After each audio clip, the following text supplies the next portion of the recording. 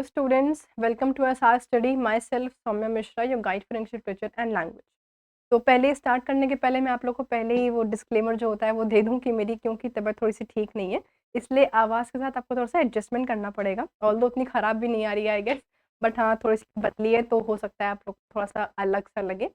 तो इसीलिए ज़्यादा एक्स्ट्रा ज्ञान नहीं मिलेगा आप लोगों को। आज हम लोग अपने टॉपिक पर स्टिक रहेंगे और फोकस करेंगे अपने चैप्टर पे। तो आज हम स्टार्ट करने वाले हैं अपनी सप्लीमेंट्री बुक का सबसे पहला chapter, that is the third level. अब स्टार्ट करने के पहले मैं हल्का सा एक ओवरव्यू दे देती हूँ आपको चैप्टर के रिगार्डिंग।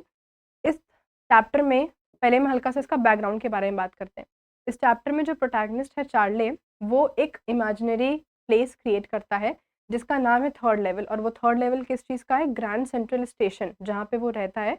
जैसे हमारे यहाँ प्रयागराज में प्रयागराज जंक्शन है, वैसे ही वहाँ पे ग्रैंड सेंट्रल स्टेशन है।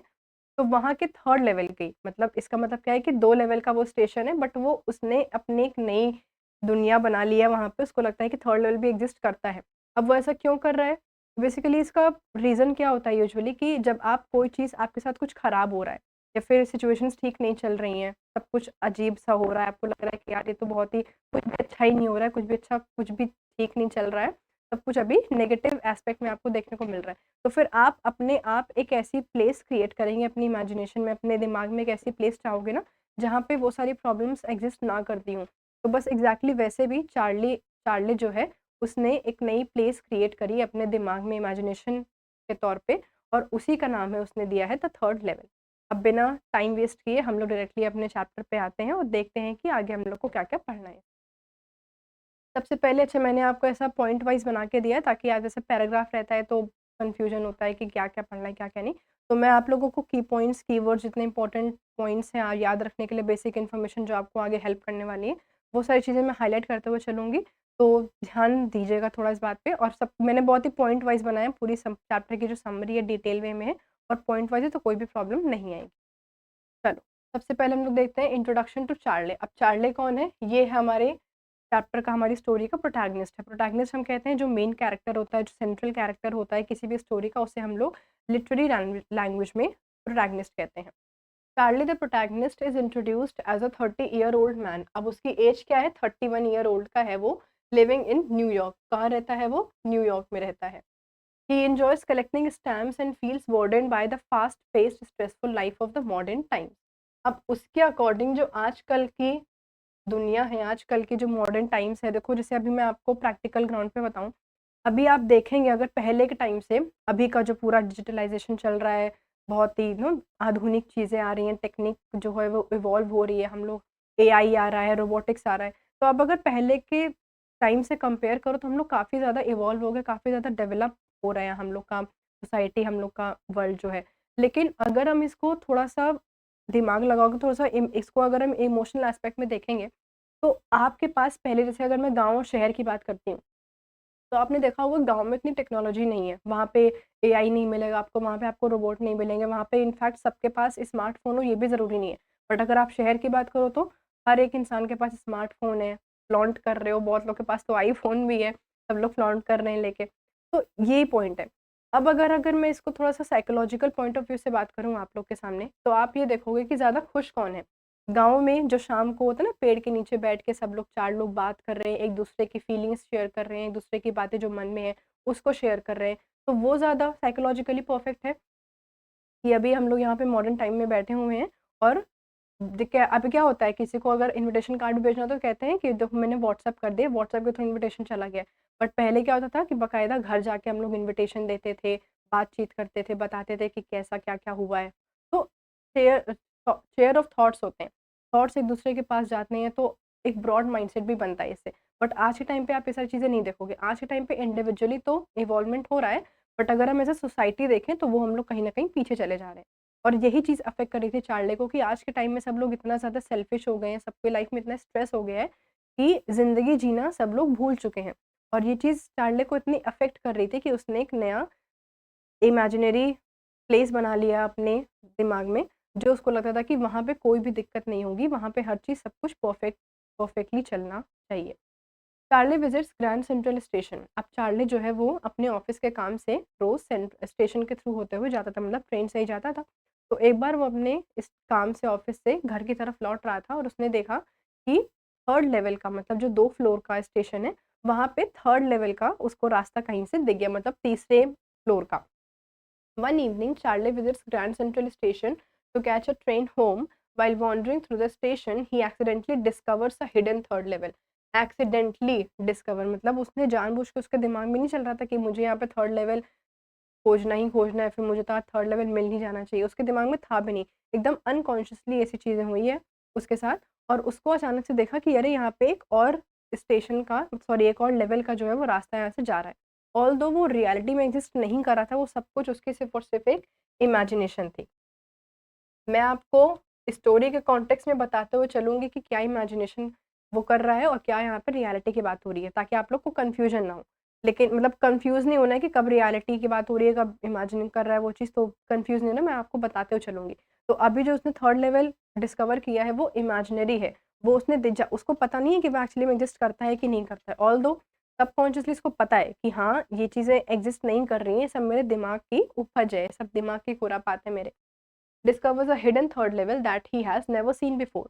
अब नेवर सीन बिफोर क्यों है? क्योंकि वो चीज़ तो एग्ज़िस्ट ही नहीं कर रही, जो चीज़ एग्ज़िस्ट ही नहीं कर रही है, आपने कभी उसको देखा होगा? और देखो 2 चीज़ें होती हैं, ऑल्दो यहाँ पे डिस्कवर लिखा है, बट डिस्कवर और इन्वेंशन 2 चीज़ें होती हैं। इन्वेंशन का मतलब ये होता है जो चीज़ ऑलरेडी एग्ज़िस्ट ना कर रही हो, नई चीज़ प्रोड्यूस करना। डिस्कवर का मतलब होता है जो चीज़ ऑलरेडी एग्ज़िस्ट कर रही हो लेकिन उसके बारे में किसी को पता ना हो, ठीक है? ये दिमाग में रखना। ये एक्स्ट्रा ज्ञान नंबर 1 दिया मैंने। उसके बाद हम लोग आगे बढ़ते हैं, discovery of a third level. अब वो थर्ड लेवल की डिस्कवरी करता कैसे है, क्या उसके दिमाग में चल रहा था, ये पढ़ते हैं हम लोग। On the third level, Charlie notices everything is different from the present day people. अब थर्ड लेवल में मेन इम्पोर्टेंट चीज़ क्या थी कि सब कुछ प्रेजेंट डे से एकदम अलग चल रहा था। अब अलग क्या होता है? सिंपल सी बात है कि अगर आपकी लाइफ में भी स्ट्रेस चल रहा है, मान लो कि अभी आप पढ़ने में आपका मन नहीं लग रहा है, कभी-कभी ऐसा होता है ना कि जब सोचते हो कि एग्ज़ाम आ रहा है, जल्दी से हम एग्ज़ाम पास कर लेंगे, अच्छे नंबर ले आएँगे, तो मम्मी ने बोला है स्कूटी दिलाने को, मम्मी-पापा स्कूटी दिला भी देंगे। तो अच्छी चीज़ें सोच रहे होते हो, कभी भी इंसान जानबूझ के बैठ के बुरी चीज़ें कभी सोचता ही नहीं है, बहुत ही वो फिर ऐसे नेगेटिव पीपल होते हैं, तो उनकी खैर वो बात नहीं करूँगी, वो एक्सेप्शन हो जाते हैं। But most of the time इंसान यही सोचता है कि अगर मेरे साथ कुछ गलत हो रहा है, कुछ खराब हो रहा है, तो कल को अच्छा ही होगा। तो ऐसी चीज़ें, ऐसे प्लेस क्रिएट करेंगे अपने मन में जो चीज़ें नेगेटिव एस्पेक्ट से बिल्कुल भी उसमें कहीं दूर-दूर तक का उसमें उसका कोई भी नाता नहीं होगा। तो वैसे ही यहाँ पे भी इसके साथ हो रहा था। तो अब थर्ड लेवल दिखने में कैसा था? प्रेज़ेंट डे से एकदम ऑपोज़िट। अब ऑपोज़िट का मतलब क्या था?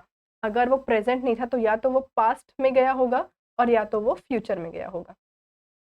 अब एक और एक चीज़ देखो, अब ये जो स्टोरी है वो वर्ल्ड वॉर के टाइम की चल रही थी। अब आपको एक बार पता होगी कुछ भी चीज़ें, कुछ भी नई चीज़ टेक्नोलॉजी आ रही है, कोई भी नया इवॉल्वमेंट हो रहा है, तो उसके कहीं न कहीं रेसिडुअल्स आपको फ्यूचर में देखने को मिलेंगे ही मिलेंगे, लेकिन आपको उसके पास्ट में देखने को नहीं मिलेंगे। जैसे कि अगर मैं बात करूँ रोबोटिक्स या फिर एआई की, अब जैसे आप लोग चैट जीपीटी का बहुत यूज़ करते हो, तो चैट जीपीटी जो है, उसका रेलेवेंस जो है वो अभी आपको प्रेज़ेंट डे में देखने को मिल रहा है। अब ये क्या है ना, बढ़ते-बढ़ते मॉडर्न टाइम तक आगे जाएगा। ऐसा नहीं होगा कि अभी चैट जीपीटी चल रहा है, 1-2 साल तक चलेगा फिर बंद हो जाएगा। क्योंकि बहुत तेज़ी से वो आगे बढ़ रहा है, वो हेल्प कर रहा है बाकी बच्चों की। ऑल्दो पर्सनली मेरे अकॉर्डिंग बहुत ही खराब चीज़ है चैट जीपीटी, बिकॉज़ उससे बच्चों का खुद का जो दिमाग है, खुद का जो इंटेलेक्चुअल जो आपकी प्रॉपर्टी है वो ख़त्म होती जा रही है। खुद का जो दिमाग लगा सकते हो, सब कुछ ख़त्म हो रहा है, इंडिविजुअलिटी आपकी ख़त्म हो रही है कह सकते हो। खुद कुछ नहीं सोच पाओगे, सब कुछ आपको चैट जीपीटी से ही पूछना पड़ेगा। तो ज्ञान नंबर 2 अगेन मैं ऐसा आप लोगों को सजेस्ट करूँगी कि अपने अकॉर्डिंग चीज़ों को करिए, अपने अकॉर्डिंग इंटेलेक्चुअल अपनी प्रॉपर्टी को बढ़ाइए, ना कि चैट जीपीटी के पीछे पड़िए। हाँ, अगर बहुत ही टिपिकल चीज़ है जो नहीं समझ आ रही है, उसकी आप बिल्कुल हेल्प लीजिए। और मैं तो सजेस्ट करूँगी आपको हेल्प चाहिए इंटरनेट की, आप गूगल पे जाओ। गूगल पे ऐसी कोई भी चीज़ नहीं जो अवेलेबल नहीं है। ना कि चैट जीपीटी और ऐसे जितने भी एआई एप्लीकेशंस हैं, उनसे तो मैं आपको ये सजेशन दूँगी कि आप जितना दूर रह सकते हो उतनी ही दूर रहो। अगर खुद के अंदर कुछ स्किल या फिर टैलेंट बच्चे देना चाहते हो तो। अदरवाइज़ अगेन आपकी मर्ज़ी है। ठीक? तो अब क्या था कि जो इमेज उसने क्रिएट की थी, जो प्लेस उसने क्रिएट करी थी, वो पास्ट का था। क्योंकि फ्यूचर का क्या होता है कि उस टाइम देखो वर्ल्ड वॉर का टाइम चल रहा है। तो कहीं न कहीं जो माइंडसेट है, जो स्ट्रेस है, जो एक मतलब कि एक अलगपन, एक एलिनेशन वाली जो फीलिंग है, वो आपको कहीं न कहीं फ्यूचर में देखने को मिल सकती थी। बट पास्ट एकदम डिफरेंट होता है। जो चीज़ अभी आप देख रहे हो, वो पास्ट में उसका बिल्कुल भी कहीं हल्का-फुल्का भी कोई आपको नहीं मिलेगा कि हाँ, ये एक चीज़ आगे हो सकती है। ठीक है? तो ये सारी चीज़ें इसीलिए इसने पास्ट का ऐसा क्रिएट किया था। अब अगर मैं बात करूँ कि देखो अब ये 1890 से बिलोंग कर रहा था वो वाला टाइम, मतलब जो उसने दिमाग में रखी थी। अगर मैं बात करूँ आपको एग्जाम्पल के तौर पे समझाती हूँ। मान लो कि अभी 2024 चल रहा है। Again I take the example of Chat GPT. तो आपने चैट जीपीटी अभी आप लोग सब लोग यूज़ करते हो। तो आज से अगर मैं बात करूँ 20 से 30 साल मान लो आगे चलते हैं हम लोग। चलो हम मान लेते हैं 2064 मान लेते हैं। चलो अगर हम आज से 40 साल भी आगे बढ़ते हैं तो आपको पता है चैट जीपीटी तब भी रहेगा। हो सकता है कि कोई और एप्लीकेशंस, कोई और एआई एप्लीकेशंस आके इसको थोड़ा-सा मतलब इस पे ऊपर हावी हो सकते हैं। हो सकता है इसका यूज़ कम हो जाए, लेकिन ये एग्ज़िस्ट करेगा। ऐसा नहीं कि चैट जीपीटी रहेगा ही नहीं। तब कोई और एआई एप्लीकेशन रहेगा। मतलब पॉइंट है कि एआई का जो पॉइंट है वो उस टाइम पे भी रहेगा। बट अगर मैं बात करूँ आज से आप चले जाओ 2000s में चले जाओ। अगर मैं बात करूँ 1990s या फिर 2000 में चले जाओ, वहाँ पे चैट जीपीटी का कोई भी किसी ने सोचा भी नहीं था कि कल को आज से 20-25 साल बाद चैट जीपीटी नाम का कोई एक एप्लीकेशन आएगा, एक आर्टिफिशियल इंटेलिजेंस बनाएँगे जहाँ पे अपना खुद का दिमाग नहीं लगाना पड़ेगा हमको, सब कुछ हमें इंटरनेट से प्रोवाइड हो रहा होगा। तो ये सारी चीज़ें हैं। तो अगर आप पास्ट के पर्सपेक्टिव से देखो, तो मान लो कि अभी मैंने आपको बताया कि चैट जीपीटी मेरे अकॉर्डिंग बहुत ही गलत चीज़ है। ठीक है? मेरे अकॉर्डिंग मैंने आपको बोला कि चैट जीपीटी में आपकी खुद की इंटेलेक्चुअल प्रॉपर्टी खत्म हो जाती है, इंडिविजुअलिटी खत्म हो जाती है, आप अपना दिमाग नहीं लगा सकते हो। बट अगर मैं बात करूँ 2000 की, अगर वैसे मैंने बात करी, तो उस टाइम पे तो ऐसा कुछ था ही नहीं ना कि चैट जीपीटी आएगा तो वहाँ पे मुझको पता था मुझे अपना ही दिमाग लगाना है। तो वो एक पॉज़िटिव चीज़ में बदल जाएगा, जो अभी नेगेटिव एस्पेक्ट चल रहा है चैट जीपीटी को लेके, उस टाइम पे सब कुछ पॉज़िटिव हो रहा था, क्योंकि तब चैट जीपीटी की बात ही नहीं थी, किसी ने सोचा ही नहीं था कि चैट जीपीटी नाम का ऐसा एआई बनेगा और वो हमारे आज की जनरेशन पे हावी हो सकता है। Same goes with this situation also. अब उस टाइम पे क्योंकि वर्ल्ड वॉर की सिचुएशन थी, इसलिए उसने क्या डिसाइड किया कि आज से 20 साल पीछे मैं जाता हूँ, जहाँ पे वर्ल्ड वॉर का नामो-निशान नहीं है, ना कोई बात कर रहा है वर्ल्ड वॉर की, ना कोई प्रॉब्लम है, कुछ भी नहीं है, सब कुछ एकदम स्मूथ चल रहा है। सोसाइटी में सब कुछ स्मूथली रन कर रहा है। तो वो उसके लिए ज़्यादा परफेक्ट ऑरा क्रिएट कर सकता था। इसीलिए वो पास्ट के टाइम में जाता है, जो कि कौन-सा टाइम था? 1890s का टाइम था। Realisation of the time period, अब उसे ये चीज़ रियलाइज़ कब हुई कि मैं कौन-से टाइम पीरियड में आया हूँ? क्योंकि देखो जब आप सोच रहे होते हो, अगर मैं प्रैक्टिकली बात करूँ, तो आप स्पेसिफिकली सोच के नहीं सोचते हो। समझ रहे हो? मतलब अगर आपने सोचा कि हाँ, मैं कल को कुछ बन जाती हूँ, ठीक है? उसके बाद मैं जॉब करूँगी, फिर पैसा कमाऊँगी, फिर बिज़नेस करना स्टार्ट कर दूँगी। तो ये चीज़ अपने आपके दिमाग में अचानक से आ रही है। ऐसा नहीं कि आपने सोचा कि पहले अभी हम ये सोचेंगे, फिर हम ये सोचेंगे, फिर हम ये सोचेंगे। बिकॉज़ थॉट एक ऐसी चीज़ होती है, एक ऐसा क्या कहते हैं कॉन्सेप्ट होता है, जो अपने आप दिमाग में डेवलप होगा। वो आपको कुछ करने की ज़रूरत नहीं पड़ेगी, उसके लिए ना आपको कोई पढ़ाई करनी पड़ेगी, कोई रोबोटिक्स नहीं है, कोई रॉकेट साइंस नहीं है, जो कि आपको इतना दिमाग लगाना पड़ेगा, वो अपने आप चीज़ें आएँगी आपके अंदर। तो उसको रियलाइज़ कब हुआ कि मैं जिस टाइम पीरियड में जा रहा हूँ, वो कब का टाइम पीरियड है, कहाँ का, कैसी-कैसी चीज़ें चेंजेज़ है, क्या-क्या चेंजेज़ वहाँ पे हुए हैं, तो ये भी हम पढ़ेंगे यहाँ पे। Charlie realizes that the third level is not part of a modern world, but is in fact a gateway to the past. अब उसको रियलाइज़ हुआ कि ये मॉडर्न वर्ल्ड का पार्ट नहीं है, जो थर्ड लेवल है वो मॉडर्न वर्ल्ड का पार्ट बिल्कुल भी नहीं है। क्यों नहीं है? क्योंकि यहाँ पे बहुत सारी चीज़ें अलग हैं। मतलब मैक्सिमम चीज़, जो भी मोस्टली चीज़ वो देख रहा है, चाहे वो रहन-सहन का तरीका हो, बॉडी लैंग्वेज हो, क्लोथिंग हो सबकी, ठीक है? और वैसे तो वो जाता है एक बैंक टाइप में, थोड़ा-सा स्पॉइलर दे देती हूँ मैं आपको, वो एक बैंक में जाता है, तो वहाँ पे देखो पहले के टाइम पे बड़े-बड़े मनी बिल्स यूज़ होते थे। जैसे कि अभी आप देखो 500 की नोट जब से डिमोनेटाइज़ेशन हुआ है, 500 की पहले बड़ी नोट होती थी येलो कलर की। और अब 500 की नोट छोटी-सी होती है ग्रीन कलर की, ठीक? तो पहले के टाइम पे क्या होता था कि बड़े-बड़े मनी बिल्स होते थे, बड़े-बड़े सिक्के चलते थे, गोल्ड कॉइन, सिल्वर कॉइन। अब आपको गोल्ड कॉइन दूर-दूर तक कहीं देखने को नहीं मिलेंगे। और पहले आपने देखा होगा वो 25 पैसा, 50 पैसा भी चलता था, बट अभी आपको ₹1 के नीचे कुछ नहीं मिलने वाला। ठीक? तो ये सारी चीज़ें जो है वो चेंजेज़ उसने नोटिस किए कि वहाँ पे कैसे वो मॉडर्न टाइम से डिफरेंट कैसे है। तो उसने रियलाइज़ किया कि ये एक्चुअली मॉडर्न टाइम का पार्ट है ही नहीं, ये जो लेवल है, बल्कि ये गेटवे टू द पास्ट, मतलब इट वाज़ लाइक अगर मैं आपको सिंपल लैंग्वेज में बताऊँ तो वो एक टाइम मशीन थी, जिससे हम अपने पास्ट में जा सकते हैं। अब इसको देख के बिल्कुल खुश नहीं होना है कि वाओ! अपने दिमाग में रख सकते हैं हम, मतलब अपने दिमाग से ऐसी प्लेस बना सकते हैं, जिससे हम अपने पास्ट में जा सकते हैं। वैसे तो भई सिंपल सी बात है, आँखें बंद करो, बचपन याद करो, पहुँच गए पास्ट में। वो भी आपका गेटवे ऑफ द पास्ट ही हुआ, बट वो टाइम मशीन वाला कॉन्सेप्ट नहीं है यहाँ पे। Specifically the year 1894। अब वो स्पेसिफिकली कौन से ईयर में पहुँचता है? 1894 में। अब ऊपर देखो 1890s 90s लिखा है, मतलब 91 से 99 कितना कुछ भी हो सकता है, बट वहाँ पे उसको जाके रियलाइज़ हुआ कि स्पेसिफिकली कौन-सा ईयर चल रहा था, 1894।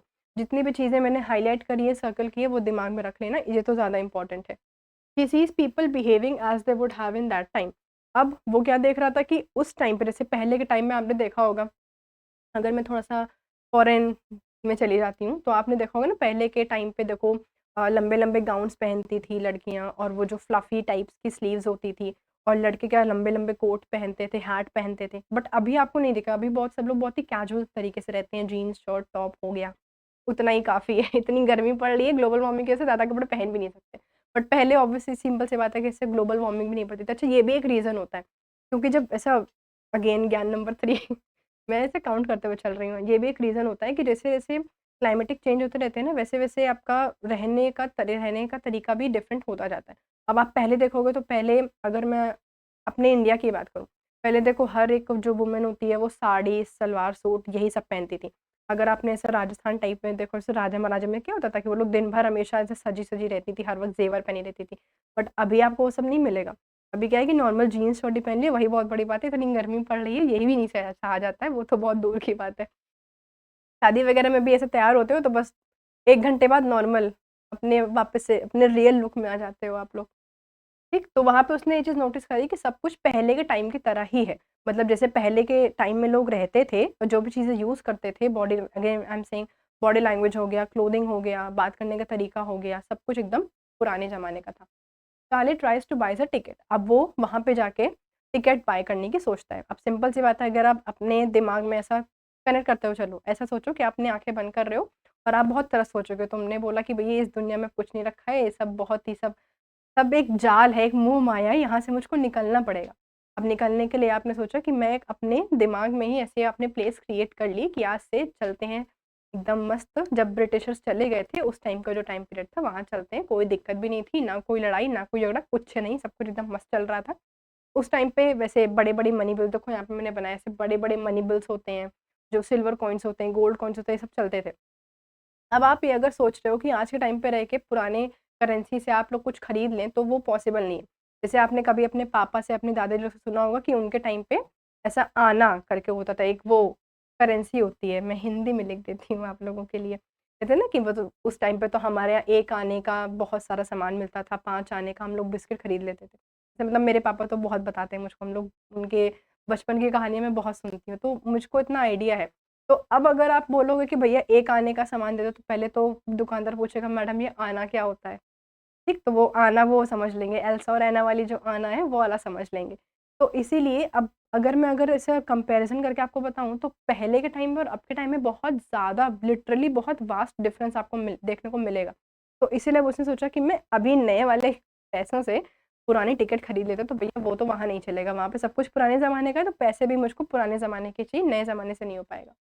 He attempts to buy a ticket to Galesburg, Illinois. Again important point, ये क्वेश्चन बन सकता है कि जब टिकट उसने खरीदा था तो वो टिकट कहाँ की उसको खरीदनी थी? गेल्सबर्ग, इलिनॉइस की। A peaceful town he imagines would be idyllic. अब उसके अकॉर्डिंग गेल्सबर्ग जो था वो बहुत ही पीसफुल, बहुत ही सूदिंग, बहुत ही शांत टाइप का एक ऐसा शहर था, जहाँ पे कुछ भी दिक्कत न, कोई भी स्ट्रेस नहीं चल रहा है, सब कुछ आराम से होता है ना कि ऐसा सोचो कि आराम से घर पे बैठे हैं, घर के बाहर गार्डन है, धूप ले रहे हैं, वाह!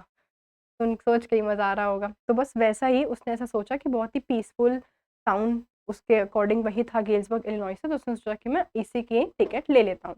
बट जब वो टिकट लेने गया तो उसको भैया बोला कि उन्होंने कि आप मुझे नॉर्मल करेंसी, मतलब जो मॉडर्न करेंसी है तो मुझे समझ नहीं आ रही है, आप मुझको मेरे टाइम का लाके दीजिए। अब जैसे मान लो कि जब डिमोनेटाइज़ेशन हुआ था, उसके पहले का 500 की नोट चलती थी, पहले येलो कलर की होती थी। अब आप सोचो कि अगर आप किसी भी तरीके से चलो पहुँच भी रहे, तो अगर आप अपनी इमेजिनेशन से आप पहुँच गए पिछले के टाइम पे, पहले के टाइम पे, वहाँ पे आप ये सोचो, मतलब अभी की 500 की नोट देके जो अभी ग्रीन कलर की चल रही है, उसको देख के ये सोचो कि भैया मुझे 500 का सामान दे दो। तो वही कहेगा ना पहले ठीक है आप दे देता हूँ। लेकिन आपने उसको दिया 500 की नई वाली नोट, ग्रीन वाली। वो कहेगा भई ये क्या है? क्योंकि पहले के टाइम पे नहीं पता था ना कि अभी ये नोट आने वाली है, डिमोनेटाइज़ेशन हो जाएगा, ये नोट बंद हो जाएगी, तो उनके लिए सब कुछ अनजान है वो लोग इन सब चीज़ों से। तो इसीलिए वो उसने आपको बोला नहीं भैया मुझे नहीं पता आप कौन से कागज़ का टुकड़ा दे रहे हो, मुझे अभी की करेंसी लाके दो, तो मैं आप लोगों को सामान दे सकता हूँ। Same goes with Charlie also. However the currency he Carey's modern money. अब उसके पास जो मनी था वो मॉडर्न था, क्योंकि आप इमेजिनेशन कर सकते हो। इमेजिनेशन एक ऐसा कॉन्सेप्ट होता है जो कि कभी रियल नहीं हो सकता है। Although I am not saying that कि आप सपने देखोगे तो वो रियल नहीं हो सकते, वो डिफरेंट चीज़ है, आप उसको बाद में जाके रियल कर सकते हो। बट एक ऐसा पर्सपेक्टिव है, अब अगर मैं आपको बोलूँ कि आप सोच रहे हो कि यार काश पिछले 500 1000 की नोट वापस आ जाए, तो वो पॉसिबल ही नहीं है, वो कभी होगा ही नहीं, वो आपके सिर्फ इमेजिनेशन में ही पॉसिबल हो सकता है।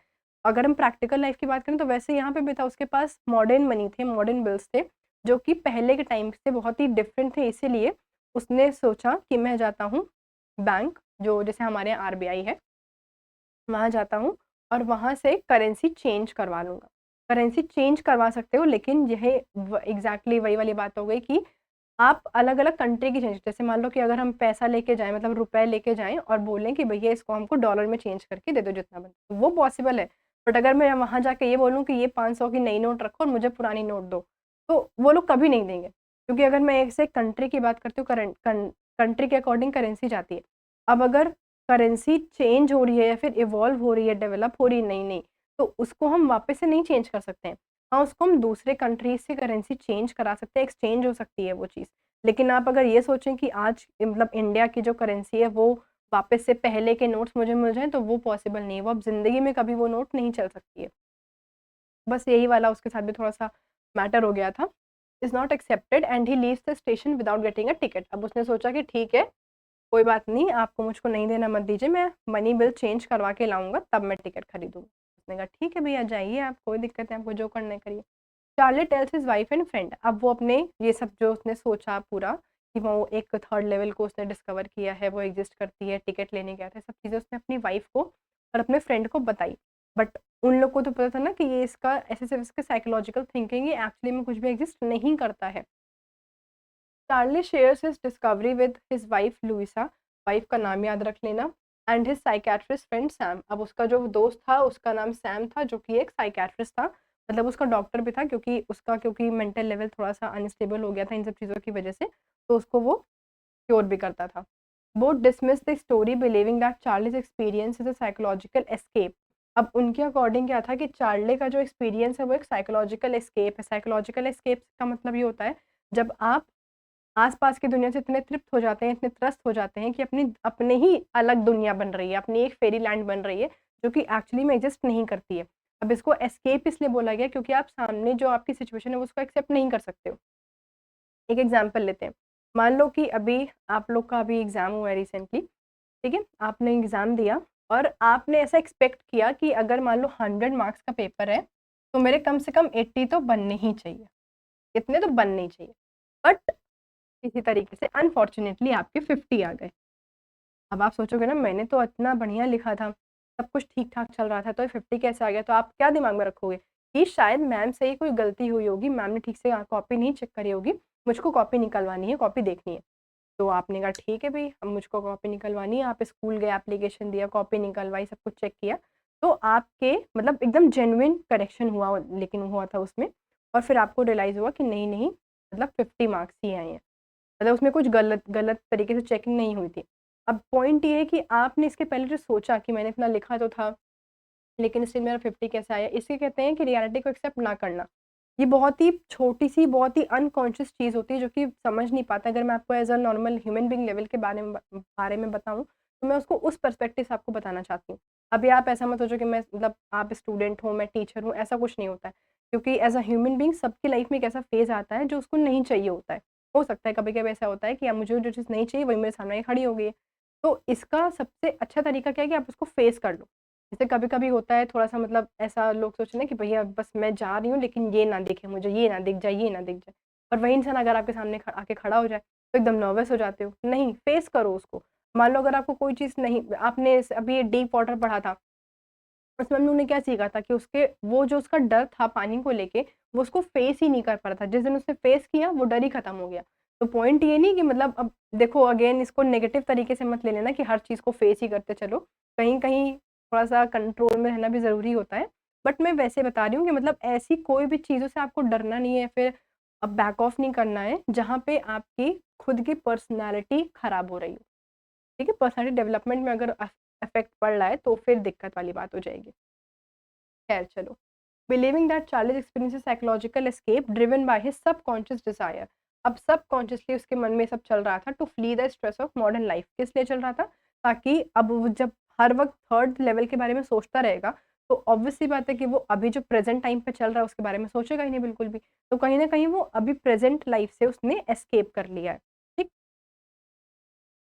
Charlie searches for the third level again. अब वो जब अपनी वाइफ को बताता है, उसकी वाइफ पे उस पे भरोसा नहीं करती, कहती है रुको मैं तुमको वापस से जाके दिखाता हूँ। अब देखो अगेन ये वाला कॉन्सेप्ट मैं आपको बताना चाहूँगी, अगर आपने कोई भी चीज़ सोची है, अगर आपके दिमाग में कोई बात आई है, एग्ज़ैक्टली उसी तरीके से सेम टू सेम अगेन वो बात आपके दिमाग में नहीं आ सकती। ठीक है? एग्ज़ाम्पल देते हैं। मान लो कि आपकी किसी फ्रेंड से लड़ाई हो गई। लड़ाई हो गई, चलो ठीक है लड़ाई हो गई, आप अपने घर आ गए, वो अपने घर चली गई। अब होता है ना कि आपके दिमाग में अब बाद में आते हैं कि काश मैंने ये बोल दिया होता उसे, ये वाला भी तो जवाब था मेरे पास, ये वाला मैंने क्यों नहीं बोला। एक आधा वर्ड और मिल जाते तो कन्वर्सेशन में एकदम निखर के आती। बाद में हम लोग कभी-कभी ना सोचते हैं, बट मान लो कि अगर आप इतना सोचने के बाद आप अगेन उस इंसान से अगर मिलते हो तो एग्ज़ैक्ट जो-जो आपने सोचा था, वही-वही चीज़ आपके दिमाग में कभी नहीं आएगी, पॉसिबल ही नहीं होगा। मान लो अगर आपने अपने दिमाग में मुश्किल से 8 से 10 पॉइंट अगर सोचे होंगे, तो उसके सामने आपको मुश्किल से 5 से 6 पॉइंट ही याद रहेंगे। मैक्सिमम चीज़ आप भूल ही जाओगे। इसीलिए ये बात बोली जाती है कि अगर कभी भी आप कुछ भी इमेजिन चीज़ें करते हो, कुछ इमेजिन कर रहे हो, कोई नई प्लेस इमेजिन कर रहे हो, कोई नई चीज़ इमेजिन कुछ भी कर रहे हो, तो exactly to the point same to same वो चीज़ दोबारा आप इमेजिन नहीं कर सकते हो। तो वही सेम उसके साथ भी हो रहा था कि थर्ड लेवल अब उसको तो चलते-चलते अचानक से दिख गया था कि हाँ, यहाँ से एक रास्ता जा रहा है। बट अगेन जब वो उस स्टेशन पे जाता है तो वो चीज़ क्योंकि रियलिटी में एग्ज़िस्ट नहीं कर रही है, इसीलिए वो उसको दिख भी नहीं रही थी। ठीक? अब उसके दिमाग में वही वाली बात मैंने बोली ना कि एग्ज़ैक्टली वही चीज़ें दिमाग में नहीं चल रही हैं। उस टाइम हो सकता है कुछ और दिमाग में चल रहा हो जिसकी वज़ह से उसने एक ऐसा प्लेस क्रिएट कर लिया हो अपने दिमाग में। लेकिन अब जब वो दोबारा लेने गया तो स्पेसिफिकली वो थर्ड लेवल को ही ढूँढने गया है। तो उसको कभी ज़िंदगी में नहीं मिलेगा वो चीज़। Unable to forget the third level, Charlie repeatedly returns to Grand Central Station hoping to find it again. However, he is unsuccessful and starts to doubt whether it was existed. अब वो बार-बार अटेम्प्ट करता है कि बार-बार मैं जाऊँगा station ढूँढूँगा third level, अब क्योंकि रियलिटी में एग्ज़िस्ट नहीं कर रहा है, तो उसको अगेन नहीं मिलने वाला है। फिर 3 से 4 बार उसने ट्राई किया, फिर उसको रियलाइज़ हुआ कि यार ये कभी एग्ज़िस्ट करता भी था कि नहीं। अब देखो, ये क्वेश्चन उसने अपने आप से पूछा, ऑल्दो उसको पता है कि ये चीज़ एग्ज़िस्ट नहीं कर रही है, अगर मैं थोड़े-से सबकॉन्शियस वे में बात करूँ, उसको कहीं न कहीं पता है ये चीज़, कि ये चीज़ एग्ज़िस्ट नहीं कर रही है, लेकिन फिर भी क्योंकि उसको यहाँ से इस आजकल के जो मॉडर्न टाइम्स है, उनकी जितनी भी प्रॉपर्टीज़ है, जितनी भी कैरेक्टरिस्टिक्स है, उससे उसको बाहर निकलना था, इसलिए उसने ऐसा चीज़ सोचा, ठीक है? जो कि एग्ज़िस्ट भी नहीं कर रहा था। Charlie turns to stamp collecting, अब उसने सोचा कि अब उसने दूसरा तरीका निकाल लिया कि ऐसा है कि स्टेशन तो मिलने से रहा, स्टेशन मिलेगा नहीं, तो अब मैं कुछ दूसरी ऐसी चीज़ें करता हूँ, जो कि मुझे अगेन जो मॉडर्न टाइम्स है, उससे मुझको थोड़ा-सा दूर रख सके। तो अगेन उसने क्या किया, स्टैम्प कलेक्ट करना स्टार्ट कर दिया। कि अभी तो भैया मैंने थर्ड लेवल देखा, थर्ड लेवल मिला नहीं स्टैम्प। अब देखो अगेन स्टैम्प कलेक्टिंग भी ये पास्ट का एस्पेक्ट आ जाता है। अब आप नहीं देखोगे कि आज के टाइम में कौन स्टैम्प कलेक्ट करता है, किसी की इतनी आदतें नहीं होती है। बट पहले देखो स्टैम्प मैं आपको बताती हूँ कैसा होता है। ऐसा करके कुछ छोटा-सा जो हर लेटर के ऐसे कोने के लगा रहता है ना और उसमें कुछ ऐसा ड्राइंग टाइप का बना रहता है। अगेन मेरी ड्राइंग पे बिल्कुल भी मत जाइएगा, मैं सिर्फ़ समझाने के लिए आपको बताती हूँ ताकि बेटर अंडरस्टैंडिंग हो जाए। वैसे मेरी ड्राइंग अच्छी है नहीं बिल्कुल भी। खैर, तो अब जब स्टैम्प कलेक्टिंग की अगर मैं बात करूँ तो वो भी क्या है पास्ट से रिलेटेड है। जैसे पहले के टाइम पे सब लोग ऐसा हम लोग जैसे पहले देखो अब क्या है लूडो हम लोग पहले क्या करते ऑफ़लाइन खेलते थे। वो ऐसा पूरा कार्ड आता था, अलग-अलग पूरे उसके ब्लॉक्स आते थे, डाइस हम लोग सच में ऐसा करके खेलते थे। बट अभी क्या है लूडो किंग आ गई, लूडो स्टार आ गया, हम लोग वापस से वही देखो फ़ोन में लूडो खेल रहे हैं, ऑनलाइन दूर-दूर बैठ के लूडो खेल रहे हैं। बट जो मज़ा पास बैठ के खेलने में ऐसा तो हम लोग तो मैं तो क्या करती थी हार रही थी तो मैं लूडो ही खराब कर देती थी। हटाओ छोड़ो, कोई नहीं खेलेगा मैं हार रही हूँ तो। तो यही वाली चीज़ है। तो अब स्टैम्प कलेक्टिंग भी उसको उसको सीखी कहाँ थी इसने? ग्रैंडफ़ादर से। इसके जो ग्रैंडफ़ादर थे, वो भी स्टैम्प कलेक्ट करते थे। तो उसी का देखा-देखी उन्होंने क्या किया कि मैं भी स्टैम्प कलेक्ट करता हूँ, कम से कम किसी भी चीज़ में बिज़ी रहूँगा तो आज के टाइम पे हम ज़्यादा फ़ोकस नहीं कर पाएँगे। सिंपल सी यही एक बात थी बस। After failing to rediscover the third level, Charlie decides to focus on his stamp collecting hobby. He views it as more manageable form of escape into the past where he can connect with the history. अब उसको लगा कि ये ज़्यादा easy तरीका है। Easy क्यों है? क्योंकि देखो थर्ड लेवल तो उसने एक बार सोचा, अब उसको मिल ही नहीं रहा क्योंकि वो एक्चुअली में एग्ज़िस्ट नहीं कर रहा था। बट अगर मैं स्टैम्प्स की बात करूँ तो जो पोस्ट स्टैम्प होते हैं वो एग्ज़िस्ट करते हैं। ठीक है, वो मिलेंगे नहीं अभी ज़्यादा आपको हर जगह नहीं मिलेगा लेकिन ऐसा नहीं कि एकदम खत्म हो गया, एग्ज़िस्ट करते हैं आज भी। बहुत सारे लोग, अब तो व्हाट्सएप मैसेंजर वगैरह आ गया है, पहले नहीं था ना। आज भी बहुत लोग ऐसा लेटर पोस्ट कार्ड करके ऐसा भेजते हैं, है ना, कि पोस्ट ऑफिस जाके इसको यहाँ पहुँचाना है, इसको वहाँ पहुँचाना है, तो उसमें तो पोस्ट कार्ड यूज़ होता ही है, स्टैम्प्स यूज़ होते ही हैं। तो इसीलिए उसने ये सोचा कि ये ज़्यादा ईज़ी वे है मुझे पास्ट से कनेक्ट रखने के लिए, मैं हिस्ट्री के आस-पास रहूँगा ताकि मुझे अभी प्रेज़ेंट में नहीं जीना पड़ेगा। तो पॉइंट ये है कि वो प्रेज़ेंट में ना जीने के लिए पास्ट में पूरा घुस चुका था, कि मुझे सिर्फ़ और सिर्फ़ पास्ट में ही रहना है। द लेटर फ्रॉम सैम, अब अचानक से एक दिन उसके पास एक लेटर आया सैम का। Charlie finds an unexpected letter, the letter is dated 1894, letter की डेट क्या है 1894, and is written by Sam explaining, Sam कौन था, उसका दोस्त था, ठीक, explaining that he found the third level and successfully travelled back to 1894। अब उसने लेटर में क्या पढ़ा कि लेटर में उसका दोस्त जो है सैम जो था साइकियाट्रिस्ट, उसने लेटर भेजा और और उसको लिखा है उसमें कि मुझे यार थर्ड लेवल, यार दोस्त तुम तो सही कहते थे, थर्ड लेवल सच में एग्जिस्ट करता है, मुझे तो मिल गया है। अब मैं तुम्हें और तुम्हारी वाइफ को भी इनवाइट करता हूँ, यहाँ पे बहुत अच्छी चीज़ें हो रही हैं, बहुत अच्छी जगह है, मस्त जगह है, कोई भी टेंशन नहीं है, कोई स्ट्रेस नहीं है, तुम सही कहते थे, मुझे भी भरोसा करना चाहिए तुम्हारे ऊपर। अब क्योंकि मुझे ये चीज़ मिल गई है तो अब मुझे तुम्हारे ऊपर भरोसा हो चुका है, तो अब मैं तुमको और तुम्हारी वाइफ को इनवाइट करता हूँ कि तुम लोग भी यहाँ पे जल्दी से आ जाओ, फिर हम लोग साथ साथ रहेंगे। He describes life there as peaceful, वो वहाँ पे डिस्क्राइब करता है कि वहाँ की लाइफ कैसी है, पीसफुल है, and invites Charlie to join him. अब देखो अगेन, अगर मैं थोड़ा सा प्रैक्टिकल ग्राउंड पे बात करूँ, तो ये जो लेटर था वो भी रियलिटी नहीं थी, ठीक, ये लेटर भी रियलिटी नहीं था, वो भी उसका इमेजिनेशन था। क्यों? क्योंकि कहीं ना कहीं उसके दिमाग में थर्ड लेवल अभी भी चल रहा था, मतलब उसके दिमाग में कहीं न कहीं था कि थर्ड लेवल अभी भी एग्ज़िस्ट करता है, उसको भरोसा था इस बात पे। क्योंकि वो, अब देखो स्टैम्प कलेक्टिंग करते हैं, अब वो कर रहा है ठीक है, लेकिन होता है ना कि एक बार जो दिमाग में आ गई है बात, तो लगता है खटकती है कि नहीं यार ये होना चाहिए था। तो बस वही वाला सीन भी यहाँ पे चार्ली के साथ भी हो रहा था। तो इसको अब हम लोग कहते हैं फ़ॉल्स होप देना। तो उसने अपने आप को क्या करी, फ़ॉल्स होप दी, डिनायल। अब इस पूरे चैप्टर में जो चार्ले की हालत है वो क्या है, डिनायल मोड में है वो। डिनायल मोड का मतलब होता है जब आप चीज़ों को एक्सेप्ट नहीं, आपके सामने चीज़ें हैं लेकिन आप उसको एक्सेप्ट नहीं कर रहे हो। यू विल बी लाइक नहीं ऐसा कुछ नहीं होता है, वो तो कुछ और ही होगा। जैसे कि मान लो कि आप अगेन मैं फ्रेंड्स का बहुत एग्जांपल ले रही हूँ ना आजकल। देखो फ्रेंड, दो दोस्त होते हैं, जैसे मान लो कि आपके कोई दोस्त है, वो आपकी कुछ ऐसा बहस-वहस हो गया है, अब तीसरे इंसान ने बोला कि तुमको पता है कि इसने तुम्हारे बारे में ये बोला है, एकदम आग लगा दिया उसने। ठीक, अब तुमको पता है कि कहीं न कहीं वो चीज़ बोल सकती है कि हाँ, मतलब ये पॉसिबिलिटी है, बोल सकती है, लेकिन फिर भी आप उसके सामने क्या बोलोगे? नहीं, ऐसा नहीं हो सकता है, तुम झूठ बोल रही हो, ऐसा कुछ, ये सच नहीं है, ठीक है? तो ये वाला क्या हो जाता है, इसे हम लोग कहते हैं डिनायल मोड में होना। तो वैसे ही यहाँ पे चार्ली भी क्या था, डिनायल मोड में था कि उसके सामने रियलिटी एग्ज़िस्ट कर रही है, बट स्टिल वो उसको एक्सेप्ट नहीं कर पा रहा है, ठीक? उससे वो दूर भाग रहा है, और तो उसे हम लोग कहते हैं डिनायल मोड में होना। तो ये लेटर क्या दर्शाता है? सबसे पहली चीज़ कि थर्ड लेवल उसके दिमाग में कहीं न कहीं ऑलरेडी एग्ज़िस्ट कर रही थी, और ये सिर्फ़ और सिर्फ़ एक इमेजिनेशन थी, ठीक? और ये करके वो अपने आप को क्या दे रहा था, एक फ़ॉल्स होप दे रहा था कि मैं कहीं न कहीं बिलीव कर रहा हूँ ये चीज़ कि हाँ, थर्ड लेवल एग्ज़िस्ट कर सकता है। मैं रास्ता खो गया हूँ उसका, लेकिन फिर भी वो कहीं न कहीं एग्ज़िस्ट करता ज़रूर होगा। ठीक? तो इसे कहते हैं फ़ॉल्स होप देना अपने आप को।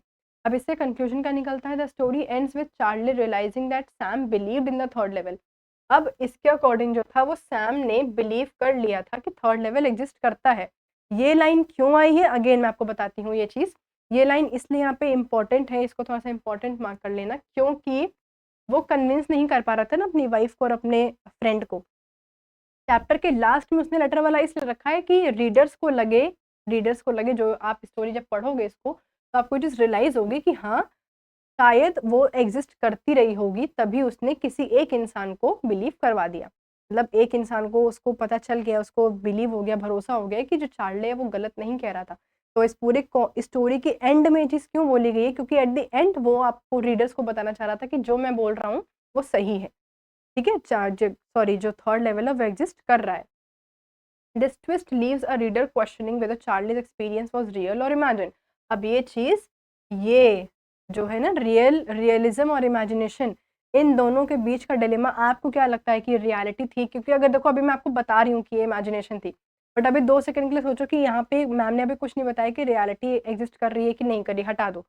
तुम सिर्फ़ इतना देखो कि अभी आपने स्टार्टिंग से पूरा चैप्टर पढ़ा और आपको स्टार्टिंग में पता था कि हाँ, वो उसकी इमेजिनेशन थी, वो ऐसा कुछ एग्ज़िस्ट नहीं कर रहा था। बट एकदम एंड पे आके उसके पास एक अचानक से एक लेटर आया जिसमें सैम के बारे में लिखा हुआ था और सॉरी थर्ड लेवल के बारे में लिखा हुआ था। वो लेटर उसके फ्रेंड सैम ने दिया था और उसमें वो बता रहा है कि थर्ड लेवल एक्चुअली में एग्ज़िस्ट करता है।